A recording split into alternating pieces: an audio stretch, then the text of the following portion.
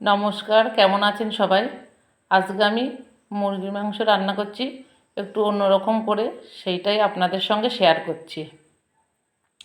এখানে আমি 1 কেজি মাংস নিয়ে নিলাম।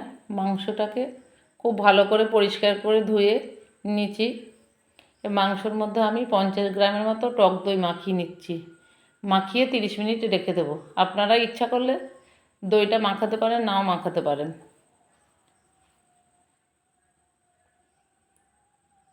আমি এবার গ্যাসের মধ্যে কড়াইটা বসিয়ে দিলাম।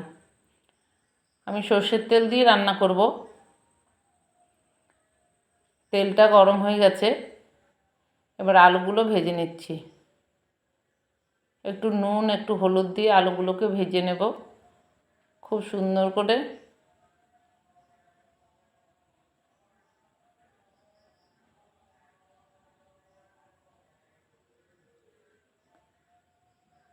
আলুগুলো ভাজা হয়ে গেছে, এবার তুলে নিচ্ছি।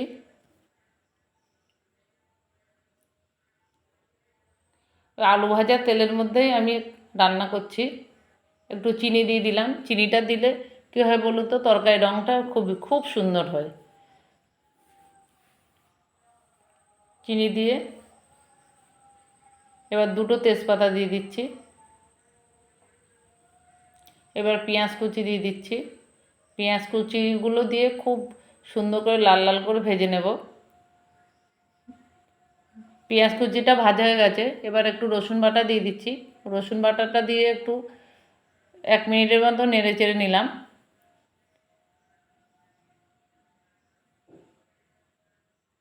এবার আদা বাটা দিচ্ছি,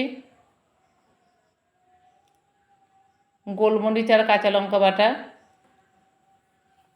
দিলাম, লঙ্কার গুঁড়ো দিলাম,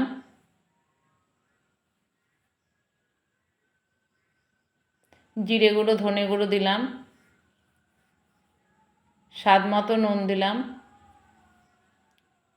একটু হলুদ দিলাম। এবার জল দিয়ে দিলাম। জল দিয়ে মশলাগুলোকে খুব সুন্দর করে কষিয়ে নেব। মশলাগুলো দেখুন খুব সুন্দর কষানো হয়ে গেছে।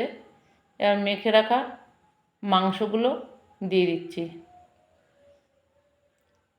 মাংসগুলো দিয়ে নেড়ে চেড়ে খুব সুন্দর করে নেড়ে চেড়ে এবার একটু ঢেকে ঢেকে আমি রান্না করব। মুরগির মাংস তো অনেক রকমভাবে রান্না করা যায়, আজকে আপনারা এইভাবে রান্না করে দেখবেন। এবার এই অবস্থায় এসছে, মাংসর মধ্যে আমি 7-8 কোয়া গোটা রসুন দিয়ে দিলাম।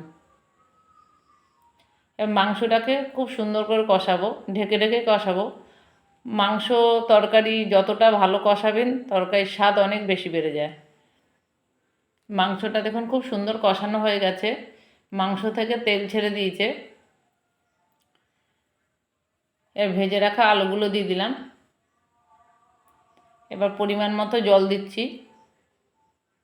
খুব বেশি ঝোলও দেবো না, জলও দেবো না, কমও দেবো না, মোটামুটি দেবো। একটু গরম মশলা বাটা দিয়ে দিলাম। দিয়ে এবার মাংসটাকে আমি এবার প্রেশার কুকারে তুলে নিচ্ছি। এই প্রেশার কুকারে এইভাবে রান্নাটা রিমি আর রিমির বাবা ভীষণই পছন্দ করে। আপনারা এইভাবে একবার রান্না করে দেখবেন, খুব ভালো লাগবে, কথা দিচ্ছি।